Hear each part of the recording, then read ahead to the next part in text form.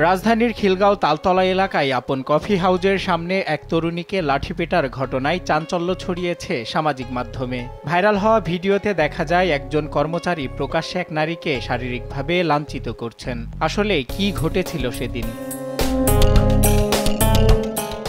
CCTV ফুটেজে দেখা যায় মেয়েটি স্বাভাবিকভাবেই আপন কফি হাউজের মধ্যে প্রবেশ করে। এরপর কয়েকজনের কাছে টাকা দাবি করে। টাকা দিতে অসম্মতি জানালেও বেশ কয়েকবার টাকা চাইতে থাকে। এক পর্যায়ে কফি হাউজের একজন কর্মীকে দেখে অন্যদিকে চলে যায়। পরে কফি হাউজের বাহিরে যেতে বললেও রাজি নন মেয়েটি। এ সময় মেয়েটিকে টানতে টানতে এবং কয়েকবার আঘাত করে বের করে দেয় প্রতিষ্ঠানটির কয়েকজন কর্মী। ফুটেজে আরও দেখা যায় মেয়েটি ঘটনাস্থল ত্যাগ করার পরে ব্যথা পাওয়ায় ক্ষোভ নিয়ে ইট হাতে আবারও কফি হাউজের সামনে এসে গেটে ধাক্কাধাক্কি করে। পরে কয়েকজন কর্মী বের হয়ে এসে বারবার তাকে চলে যেতে বললেও ভেতরে প্রবেশের চেষ্টা করে মেয়েটি। এক পর্যায়ে মেয়েটিকে ধাক্কা দিয়ে পায়ে সজোরে আঘাত করে শুভ নামের একজন কর্মী। ওই মেয়েটা হচ্ছে প্রায় সময় আসতো, আইসা হচ্ছে কাস্টমারের ডিস্টার্ব করতো, কাস্টমারের হাত টানাটানি করতো যে টাকা চায়। তো আমরা কি করতাম, মাঝে মাঝে ওর টাকা সারতাম। এখনো বলতো যে আমার 50 টাকা 100 টাকা দিতে হবে, এরকম আর কি। আগে বেরোতে বললে বের হয়ে যেত। তো ওই দিন হয়েছে কাস্টমারের হাত ধরছে, কাস্টমার হাত ধরার পরে বলছে যে টাকা দেন। পরে আমরা যেহেতু কাস্টমার মাইন্ড করছে, আমাদের রেপুটেশনের ব্যাপার।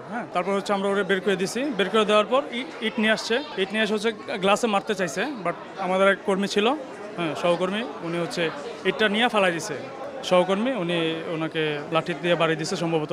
তো এই জন্য আমাদের মালিক শোনার পরে উনি বকাবকি করছে যে ও কেন মারছি। ওই মেয়েটা একটা অ্যাডনর্মাল আর কি, মানে পাগল প্রকৃতির। মাঝে মাঝে দোকানে আইসা আমরা যারা কাস্টমার আসি টেবিলে খাইতে বসলে খাবার চায়, হুট করে ঢুকে যায়, আবার খাবার চায়। খাবার না দিলে খাবারের মধ্যে ময়লা দেয়, খাবার ফেলে দেয়। বিষয়টি দূর থেকে একজন ভিডিও করছিলেন, যা বর্তমানে সামাজিক মাধ্যমে ভাইরাল হয়েছে। এতে মুহূর্তেই নিন্দার ঝড় ওঠে। বিষয়টি নজরে আসার পর রামপুরা থানার পুলিশ অভিযানে গিয়ে কফি শপটির ম্যানেজার ও শুভকে গ্রেপ্তার করে পুলিশ।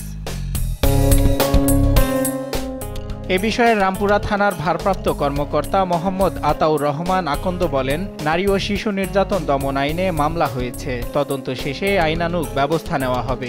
একটা ভিডিও ভাইরাল হয় যে একজন তরুণীকে আমরা যে লাঠি দিয়ে আঘাত করে তাকে শনাক্ত করি এবং সাথে সাথে তাকে গ্রেপ্তার করি। এখন তরুণীকে তো আমরা পাই নাই, তরুণীকে যেহেতু পাই নাই আমরা সঠিক বক্তব্যটা আমরা দিতে পারি নাই। যেহেতু ঘটনার সত্যতা আছে এবং ভিকটিমরা আমরা পাই নাই, যেহেতু একটা ফৌজদারি অপরাধ, আমরা নিজেরাই বাদী হয়ে মামলা নিয়েছি। এইদিকে এখনো পরিচয় পাওয়া যায়নি তরুণীর।